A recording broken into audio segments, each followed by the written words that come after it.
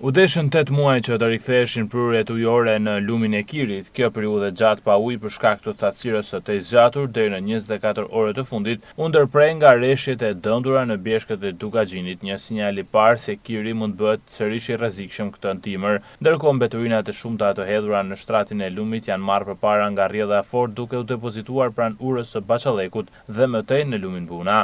Ky fenomen ishte paralajmëruar që gjatë verës në disa kronika, por fatkeqësisht në Shkodër prej më shumë se 30 vitesh është humbur çdo ndjesi minimale ndaj rrezikut dhe ndotjes mjedisore. Problemi më i madh sot lidhet me ndërhyrjet e paligjshme në argjenaturën e Kirit, e cila mbron qytetin e Shkodrës. Këto ndërhyrje të kryera gjatë 3 dekadave të fundit kanë deformuar në disa segmente shtratin e lumit, ndërkohë që nuk është raportuar të jetë kryer ende asnjë ekspertizë teknike për të vlerësuar sigurinë e saj.